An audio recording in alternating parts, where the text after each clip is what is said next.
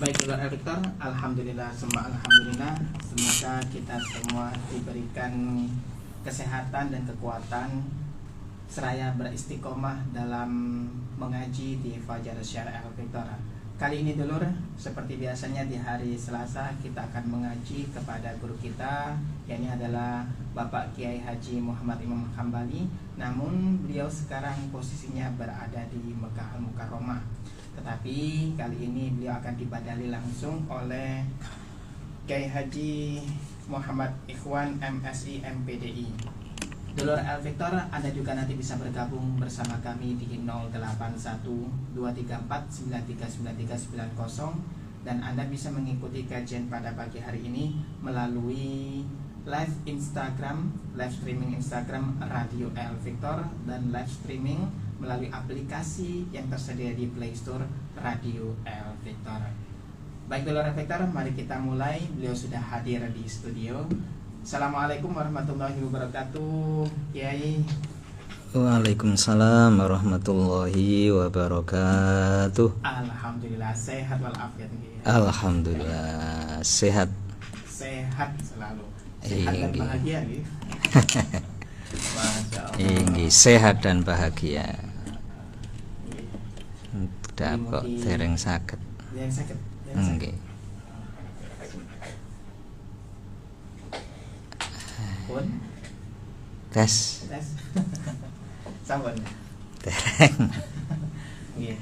Masya Allah. Mugi-mugi panjenengan kali keluarga juga dalam keadaan sehat walafiat. Amin, amin, amin. Dan sakit memberikan kebaikan kepada kita semua. Nggih. Amin. Termasuk salah satu guru kita semua panjenengan. Santri nek kula niki.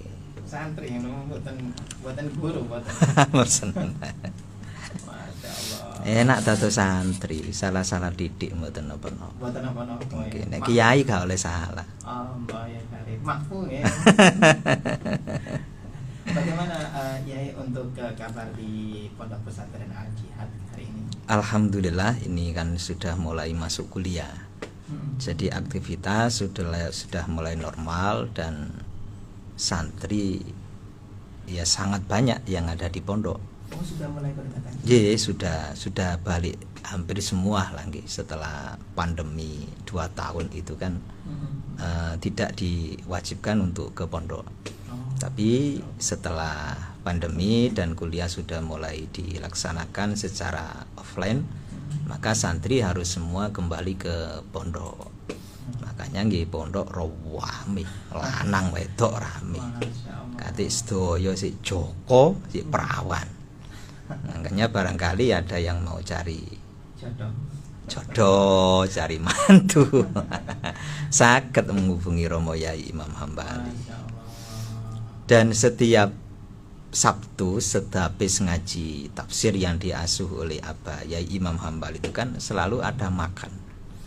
Jadi santri tiap Sabtu itu makan pagi. Makan pagi. Nggih, dan itu makannya gulai kambing. Setiap Sabtu santri kurang lebih 800-an. 800 santri. Itu belum jamaah bapak-bapak yang dari luar. Nah, semua makan gulai. Nah, dari umum, memang untuk umum, dan juga live streaming di YouTube Yayasan Al Jihad Surabaya. Nah, dan itu kambing tiap Sabtu pagi. Dari mana kambingnya? Ya dari panjenengan yang akikoh-akikoh itu. Tiap Sabtu, Masya Allah. Jadi selalu ada saja memang. Mengapa jamaah banyak yang akikoh di pondok? Karena banyak yang merasakan bahwa setelah akikoh di pondok didoakan oleh Romo Yai dan santri, semua dimudahkan oleh Allah hajatnya. Makanya barangkali ada yang mau dari akikoh, nggih monggo. Dan itu setiap live diumumkan, dibacakan, didoakan sama Romo Yai Imam Hambali. Makanya mohon doanya, santri banyak ngeramut niku nggih mboten gampang. Riyadhoi Romo Yai Imam Hambali nggih luar biasa. Jarak tilem maos Quran. Wiritan kanggo santri ini. Santrine ya turu wae. termasuk saya ngomong. Masya Allah. Dan disampaikan terima kasih kepada para donatur dasa kaleng surga, ataupun mungkin buat anak-anak yatim, atau berupa apapun lah untuk al-jihad. Dan insya Allah jariah panjenengan untuk perjuangan Islam lewat al-jihad diterima dan diridhoi oleh Allah Subhanahu wa taala. Amin, amin, amin, amin. Jadi begitu Mas Isya. Terima kasih ya Ikhwan mengenai informasinya. Semoga dulur-dulur ini tadi disebutkan ya, untuk akikah bisa di Pondok Pesantren Al-Jihad. Terima kasih atas dasa dan kaleng surganya. Untuk misalkan untuk mengikuti mengadakan akikah itu di Al-Jihad, nanti hubungannya ke sama ke sinten ya? Bisa ke kantor. Langsung ya. Ke kantor di 8433 100. 8433. Di situ nanti kan ada yang selalu standby jaga kantor.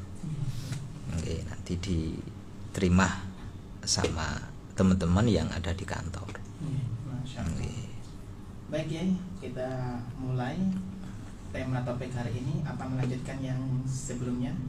Masih separuh. Iya, separuh. Berarti tinggal separuh. Tinggal separuh lagi. Kudu dilanjutkan. Masa adus separuh tok. Belum sempurna. Belum sempurna. Masya Allah. Cara mandi besar belum sah.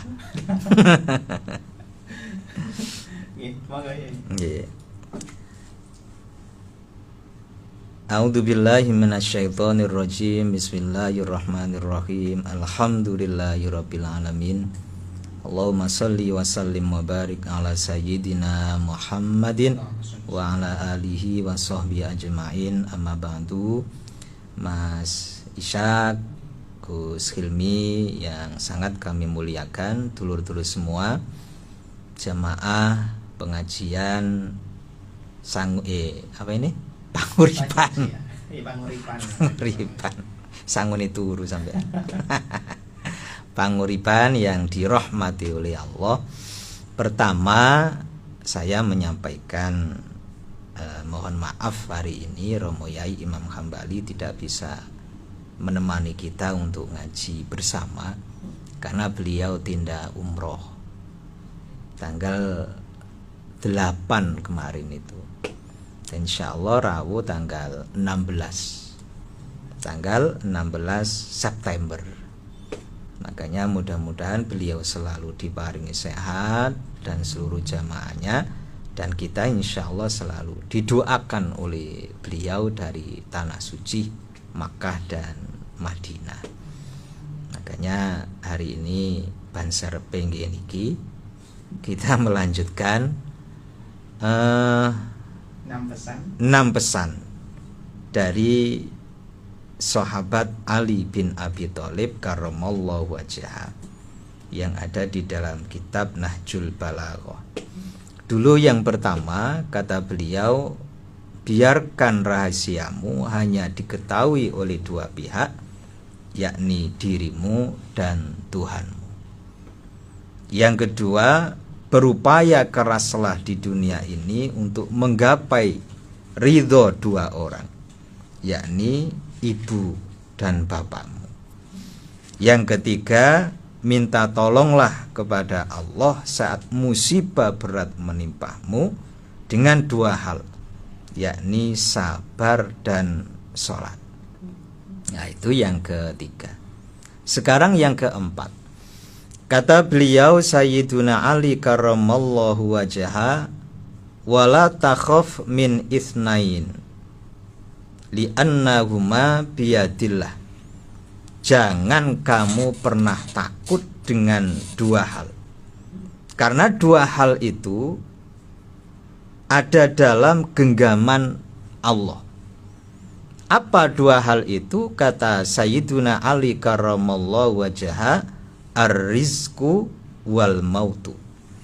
Satu rizki, yang kedua kematian. Jadi kita ini jangan pernah takut dengan urusan dua hal itu, karena dua hal itu yang ngatur itu Allah. Manusia nggak bisa ngatur itu. Urusan rizki hanya Allah yang bisa ngatur.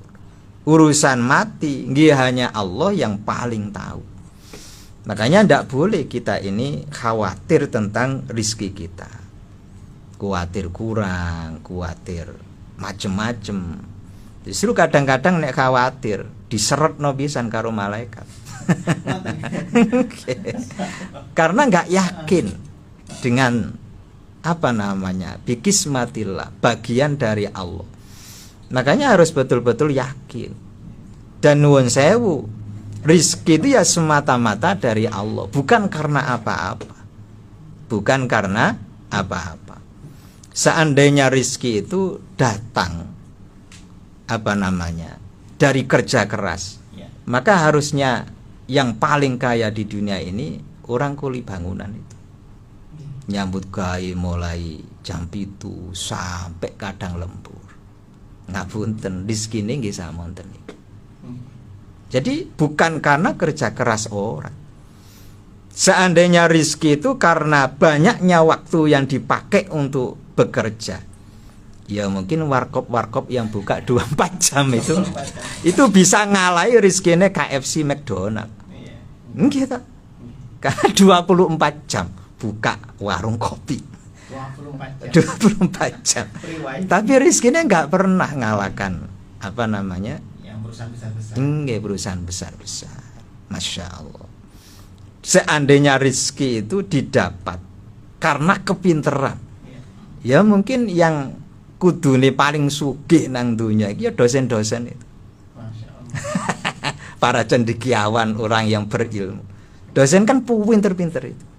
Tapi ya rezekinya segitu, kalah dengan pengusaha-pengusaha itu. Masya Allah. Dan seandainya rizki itu datang karena jabatan, ya harusnya presiden, raja itu masuk 10 besar orang terkaya di dunia. Tapi kan gak ada. Yang banyak itu Masya Allah. Makanya rizki itu yang menentukan adalah Allah. Jangan pernah kita ini susah dengan urusan rizki. Berarti mboten nyambut gawe lho, salah pemahaman begitu. Ya tetap bekerja.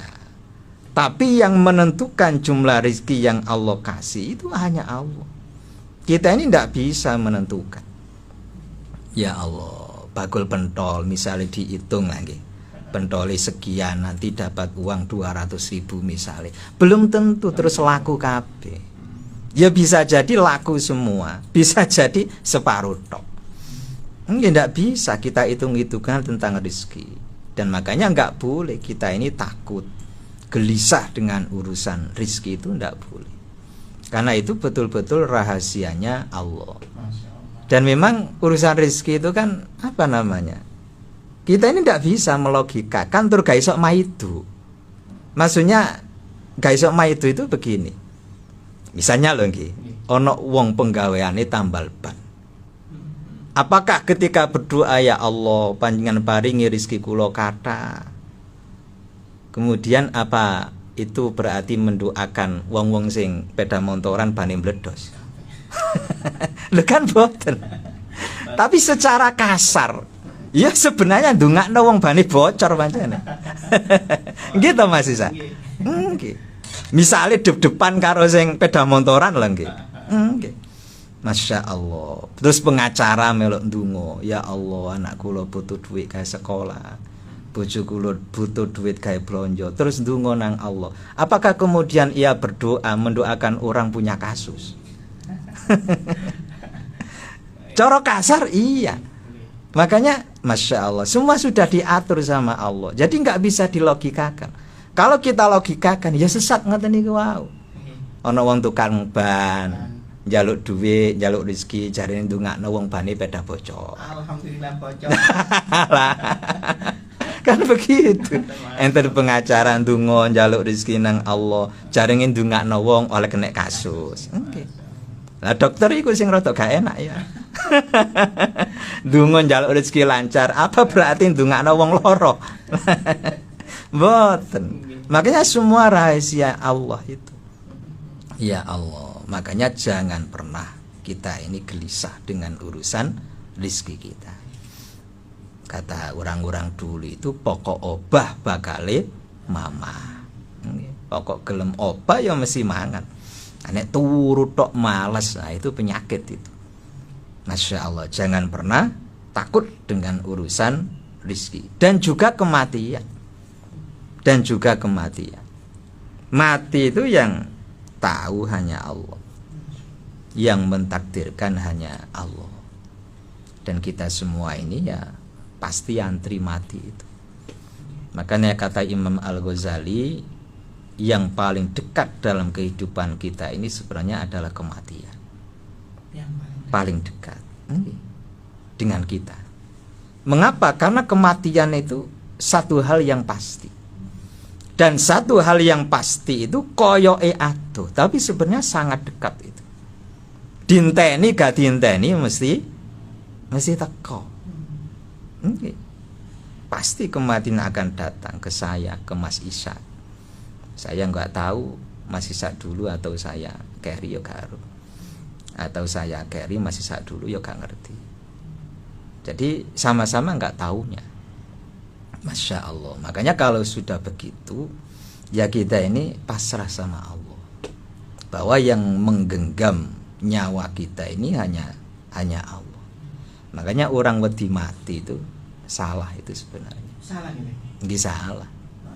Kan ada penyakit wahan itu. Penyakit wahan itu hubbud dunya wa karahiyatul maut. Cinta dunya wedi mati. Orang itu wedi mati sebab seneng dunya. Mbuntal alasannya cuma satu itu. Kanjeng Nabi itu kalau dawuh enggak pernah salah.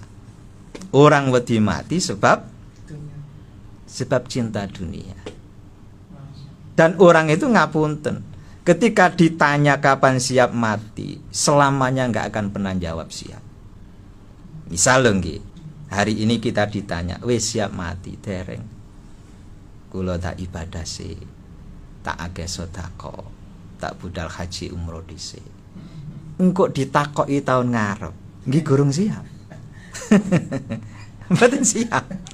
Takoki 2 tahun kas, jawab mesti mboten siap.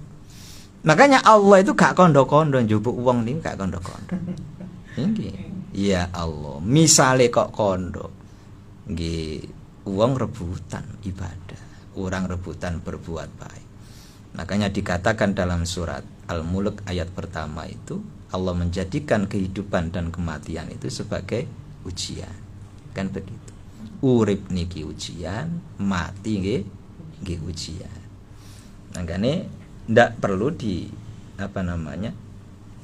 diwedeni. Ndak perlu diwedeni. Lalu apa hubungannya rizki dengan kematian? Orang itu kalau ingin menghadap Allah dengan baik, maka justru orang itu akan cinta dengan dunia sebenarnya. Cinta dengan dunia. Maksudnya apa? Kita ini nggak ingin dunia ini berhenti hanya di dunia, nang dunya tok. Tapi orang itu akan berusaha nggawa dunia ini sampai akhirat. Paham nggih maksud kula nggih? Maksudnya dunia ini untuk perjuangan Islam. Dizakatno, disedekahno, diinfakkan untuk kebaikan dan macam-macam. Itu berarti orang cinta dunia itu. Makanya mindset kita ini harus dirubah. Cinta dunia itu harusnya yang begitu. Ojo sampai dunia ini entek mari prei nang dunia tok, tapi gak kegawa mati. Banyak kan yang begitu. Nyambut gawe mulai isu, tiba tangi sampai bengi. Kadang sampai isu maneh. Barang dunia ngelumpuk tinggal mati. Belum sempat digawe perjuangan Islam, belum sempat dizakatno, diinfakkan, disedekahkan. Itu kan namanya orang nggih ngapunten, orang jahil. Jadi jangan sampai kita punya dunia itu kita tinggal nang dunya. Ayo digawa nang akhirat. Itu. Masya Allah. Kadang-kadang wong niku ngapunten, krungu istilah zakat itu malah wedi. Saestu. Jarang orang itu nyaman ketika membahas fikih tentang zakat. Dan itu nur kula pol klerune. Mengapa keliru? orang itu nek gak gelem zakat iku wong miskin itu. Saestu nggih, karena orang miskin itu gak wajib zakat. Yang wajib zakat itu orang-orang yang kaya, orang-orang yang punya uang. Makanya sebenarnya orang itu kalau ingin kaya gampang. Jaluk nang Allah, ya Allah saya ingin zakat begitu. Ya Allah saya ingin mengeluarkan infak, saya ingin sedekah. Kan begitu. Karena orang kalau nggak kaya itu nggak wajib zakat. Makanya minta kepada Allah kekayaan itu dengan kita punya keinginan untuk mengeluarkan zakat. Ya Allah, kulo ingin zakat nang fakir miskin, ke anak yatim, ke rondo-rondo tua itu. Sing nom nggih mboten napa-napa Gusti. Tak ramuti. Saanake. Masya Allah. Nah, itu kadang orang-orang Masya Allah kait krungu pembahasan masalah zakat cilik atine. Mengapa? Karena orang mental miskin. Kan begitu Mas Isa, logikanya loh nggih. Nggih. Gak gelem zakat itu orang mental miskin itu. Akhirnya ya hartanya ya pancet, begitu. Kadang justru orang itu nyaman ketika dikasih sama orang, dikasih zakat. Enggak, ini enggak menghina, ini motivasi. Jadi jadilah orang yang punya motivasi ingin mengeluarkan zakat. Dan orang yang mengeluarkan zakat itu tanda bahwa ia orang yang kaya. Karena zakat itu ada nisabnya, ada ukuran minimal untuk mengeluarkan zakat. Kalau enggak kaya, enggak wajib zakat. Masya Allah. Itu daunnya Sayyiduna Ali. Sebegitu jauhnya pemikiran beliau padahal zaman 1400 tahun yang lalu. Gitu. Ya Allah. Itu yang ke berapa tadi? Yang keempat. Sekarang yang kelima. Kata beliau Sayyiduna Ali karamallahu wajhah, wa isnani la tadhkurhuma abadan. Ada dua hal yang kamu itu jangan pernah mengingat-ingatnya selamanya. Apa? Yang pertama, ihsanu kalinnas, perbuatan baikmu kepada orang. Yang kedua, wa isa'atahum laka, dan perbuatan buruk mereka kepadamu. Iku ojo dieling-eling. Siji sing gak oleh dieling-eling perbuatan baikmu sama orang. Kadang wong niku ngapunten nek nandur rapi nang wong apa pernah bantu apa pernah nulungi dieling-eling gak karu-karu. Dan itu ngapunten sumber kekecewaan yang dari situ. Ketika kita membantu orang, lalu satu saat kita ini butuh bantuan terus wonge menengai. Akhirnya kene ngungkit-ngungkit. Gitu? Oh, panjane mak lampir. Biyen tak tulung saya kaku butuh gak gelem nulung. Kecewa. Makanya kita ini kalau pernah berbuat baik sama orang, jangan pernah diingat-ingat. Dan itu sangat bijaksana itu. Karena kalau kita ingat terus siji tadi ini sombong. Yang kedua, seandainya kita tidak dibalas dengan kebaikan yang sama, maka kita akan kecewa. Dan banyak yang begitu. Makanya tradisi-tradisi yang begitu kudu diilangi. Itu ngerusak hati itu. Ya Allah. Kadang-kadang yang jadi pengajar juga lagi, kiai, ustaz, itu kudu duwe hati yang begitu. Sebab nek gak duwe ati ngono, ya Allah, akeh kecewanya. Akeh kecewani. Dan koyok-koyok kita ini punya jasa sama orang. Padahal orang itu nggak bisa ngasih jasa ke orang, itu nggak bisa kecuali atas pertolongan Allah. Berarti yang ada itu sebenarnya aunillah, pertolongan Allahnya. Kita nggak bisa berbuat apa-apa. Kadang-kadang metengkele, iku nek gak sing nulung aku, ngemper nang dalan. Lho, kaya wong sugi-sugi wae. Ya. Kaya pangeran ae kan salah pemikiran yang begitu. Itu ngerusak hati. Kalau sudah begitu, atine kotor, pikirannya nggih kotor. Ia akan terbelenggu dengan kebaikan-kebaikan yang pernah dilakukan. pol. Nggih, nggih ngeten iki terus Rama Yai nguripno ati. Ya Allah, jangan pernah eling-eling kebaikan yang pernah diberikan kepada orang. Mulai saniki ayo dilalekno. Sing nate ngekeki napa tempe nang tanggane. Ngekeki bubur nang tanggane. Ngasih apa mungkin sumbangsi pikiran, tenaga. Wis enggak usah dieling-eling.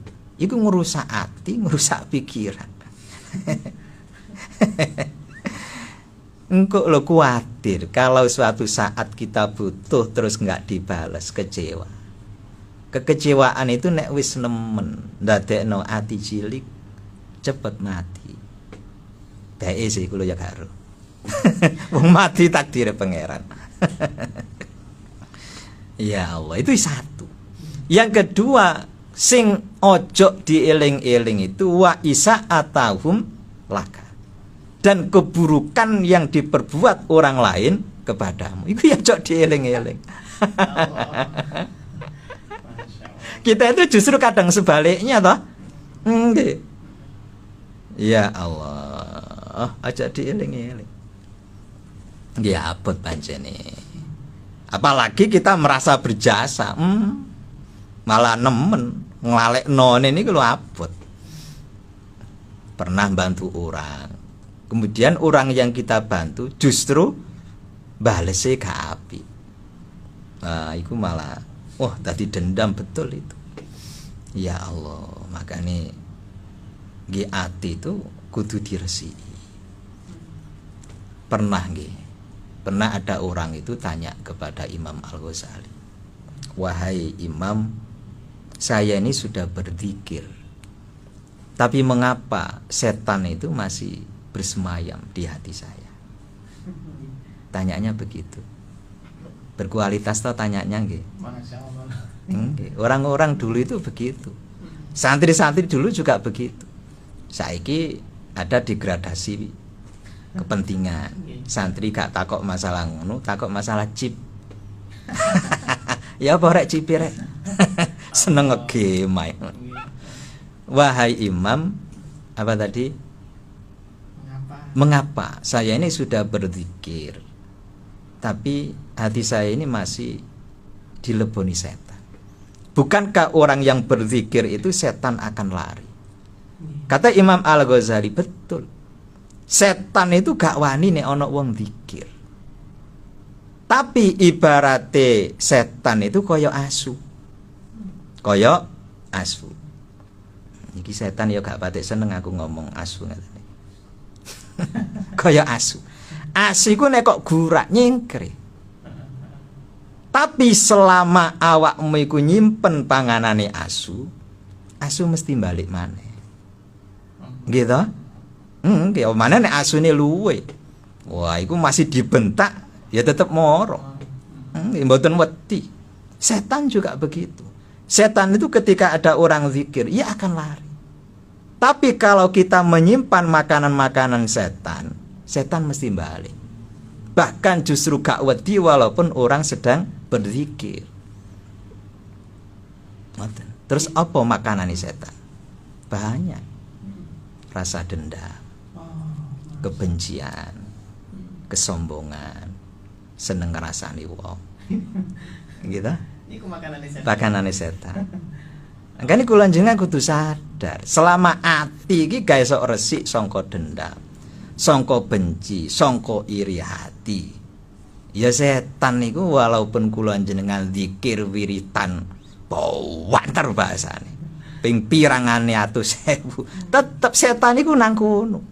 Umpanganane nang kono. Ya Allah. Dan kita ini banyak yang gak sadar. Termasuk ya aku dewi.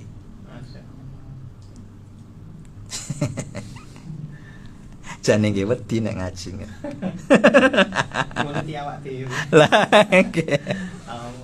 kita ini zikir apa setan gak melayu. Sebab panganane nek njero ati. Panganane setan niku. Ya Allah, zikire pawanter. Iri dengki karo tangga gak ilang-ilang.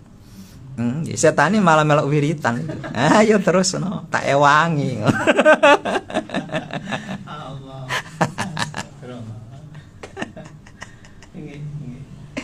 Mungkin ngene iki setan guyu wae. Bener kon. Ya Allah, makanya sebenarnya uang itu walaupun gak pati agak ibadah. Tapi kalau hati itu diresiki, insya Allah dadi wong sing selamat. Kan begitu. Karena di akhirat besok itu sing selamat iku nggih wong sing atine sehat, atine resik. Yaumala yanfa'u malu wala banun illa man atallaha biqalbin salim. Besok nang akhirat itu gak payu harta.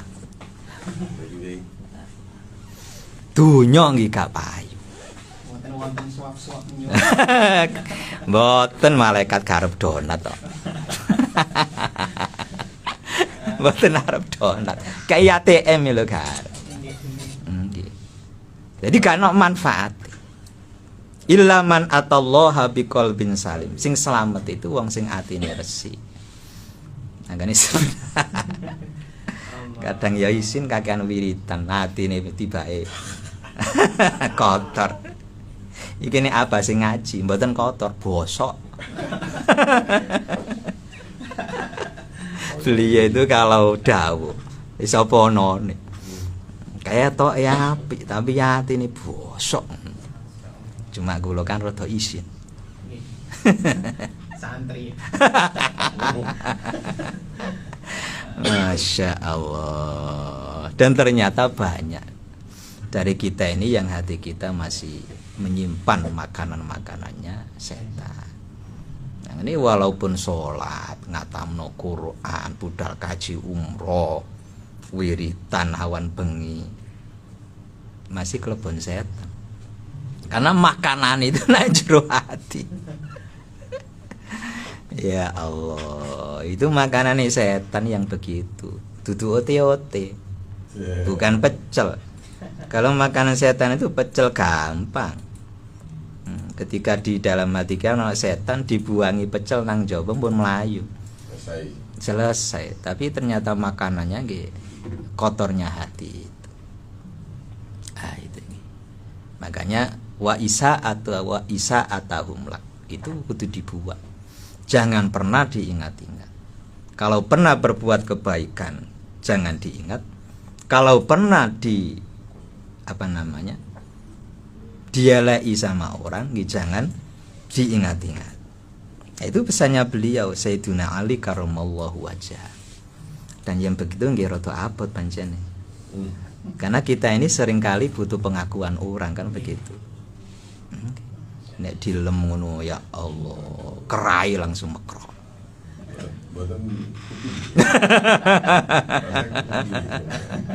Kupinge mekrok. Sairung-irung itu. Masya Allah. Cuma kalau ada orang yang berbuat pada kita, itu memang kudu diwales itu. Harus dibalas, nggih. Karena bentuk syukur kita yang balas kebaikan orang itu. Itu dawuh Rasulullah. Lah bagaimana kalau tidak mampu membalas? Misalnya orang pernah ngasih kita uang 500.000. Kita nggak pernah bisa membalas itu. Kata Rasul, satu, doakan orang itu. Karena doa itu sebanding dengan rasa syukurmu kepada kebaikan orang itu. Selain doa, kata Rasulullah, puji kebaikan orang itu. Jadi kita ini diperintah untuk menguji, apresiasi. Misalnya masih ngasih saya uang 200.000 misalnya, walaupun yo gak tahu gitu. Aku dhewe yo gak tahu kayak. Terus saya muji, wah masih sat lomane, masya Allah. Wis ganteng, bojone ayu, loman. Nah itu ternyata sebanding. Itu sebanding dengan rasa syukur kita, terima kasih kita. Makanya pernah ada sahabat itu tanya kepada Rasulullah. Ketika orang muhajirin Makkah ke Madinah itu kan disambut oleh orang Ansor begitu luar biasanya. harta dikasihkan, rumah dikasihkan, bahkan bojone sing loro dikekno siji. Saking apike. Lalu sahabat Muhajir itu tanya, "Ya Rasul, iki lak diborong kabeh iki pahalane kali wong-wong Ansor." Kata Rasulullah, "Tidak. Selama kamu mau mendoakan kebaikan orang Ansor dan engkau memuji kebaikan orang Ansor, maka kamu juga mendapatkan kebaikan itu." Jangan cuma kadang-kadang kita ini lali matur suwun, lali mendoakan, lali muji. Rumun jam itu. Ya, sing terakhir kata beliau Sayyiduna Ali karramallahu wajhaha, "Wa ithnani la tangsahuma abada." Dan dua hal yang jangan pernah engkau lupakan. Satu, Allah. Yang kedua, akhirat. Itu dua hal. Jangan lupakan Allah, jangan lupakan akhirat. Betul itu. Orang itu kalau lupa Allah, lupa akhirat, kehilangan kendali. Kehilangan kendali. Nah, karena nggih urip jangan melulu cari dunia, nggih kudu nyedek nang Gusti Allah.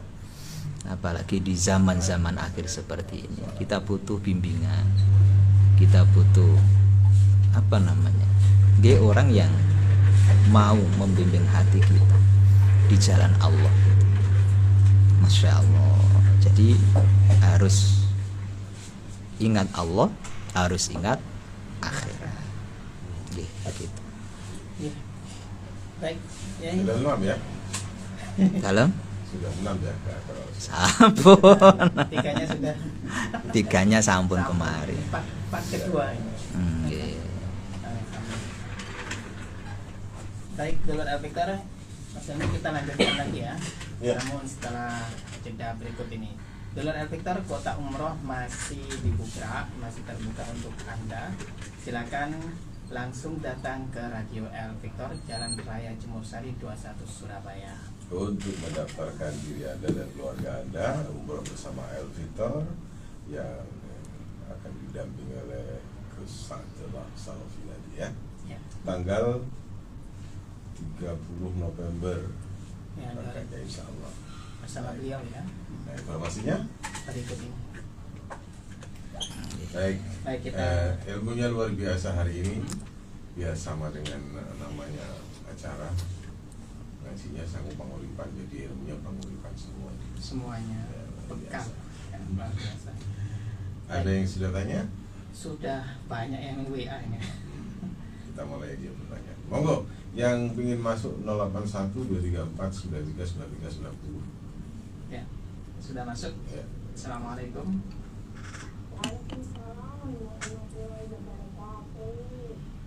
Budia. Waalaikumsalam warahmatullahi.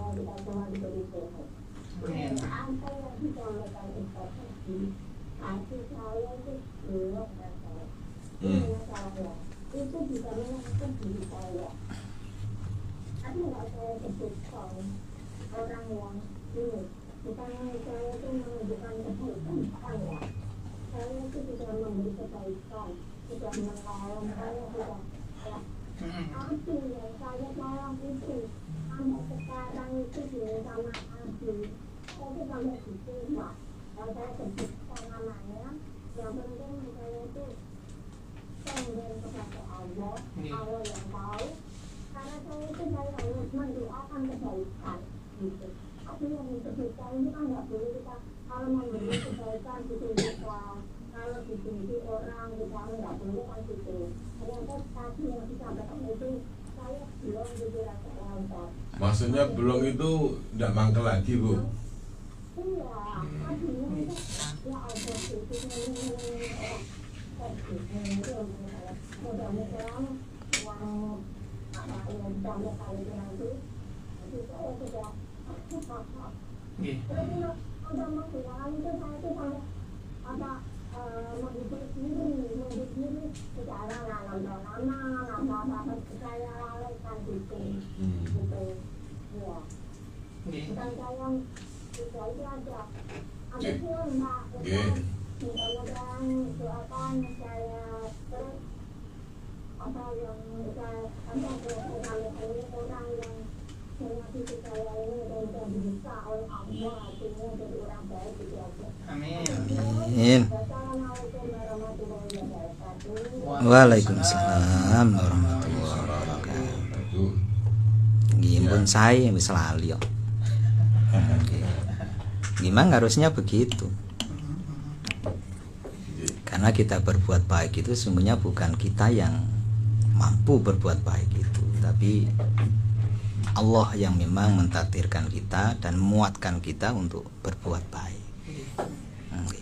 Ya harus dilupakan ya.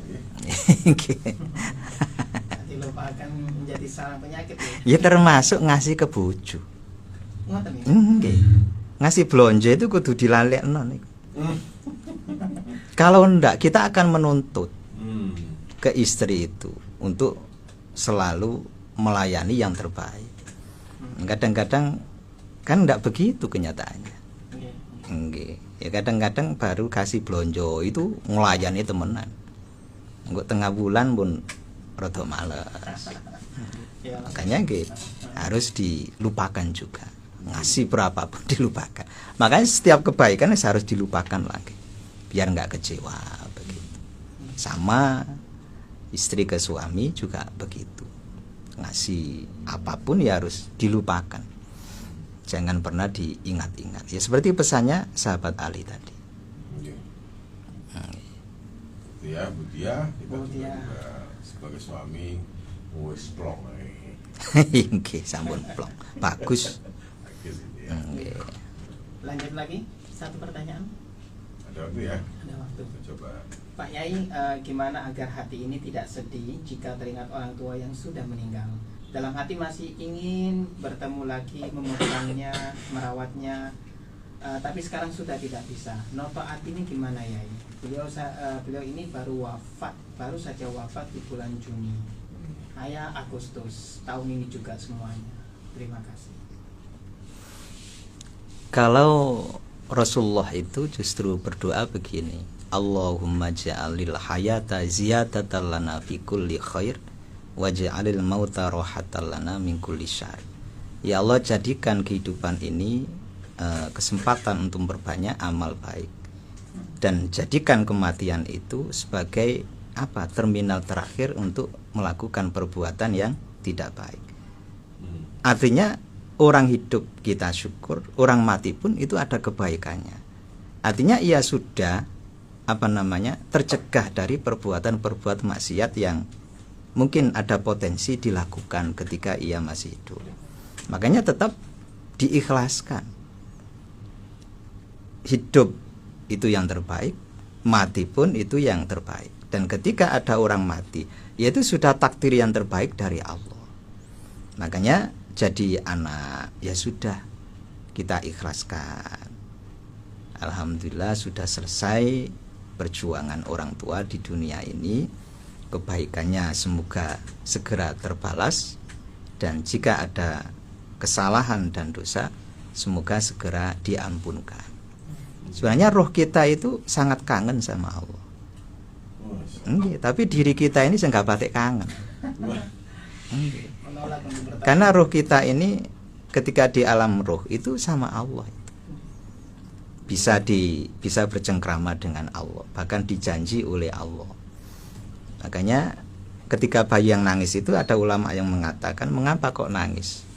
Karena roh ini kangen sama Allah, kangen. Tapi karena kegiatan-kegiatan duniawi yang melupakan Allah itu akhirnya gak batik nangis, justru malah wedi mati.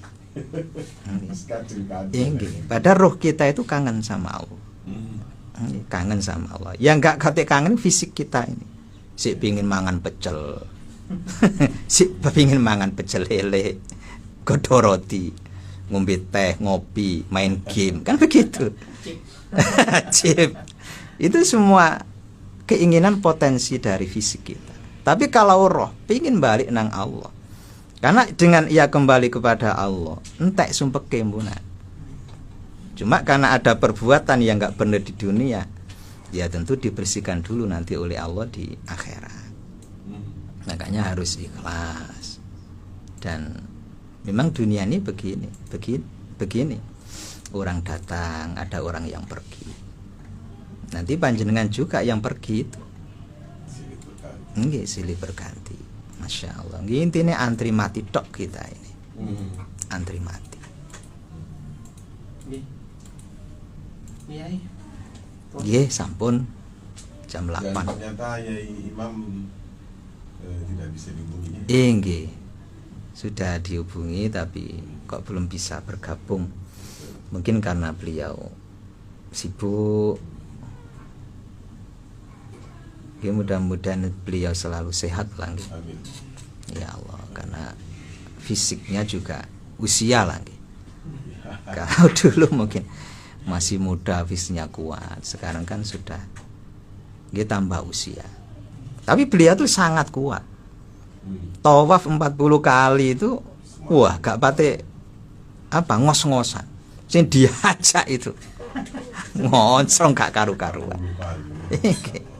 Ya, beliau enak saja. Ngincik kayak itu kalau jalan itu. Ya Allah.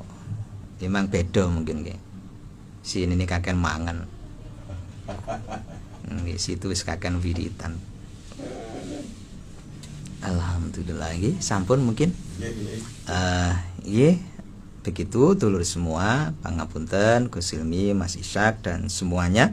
Al-afwa minkum. Assalamualaikum warahmatullahi wabarakatuh. Waalaikumsalam.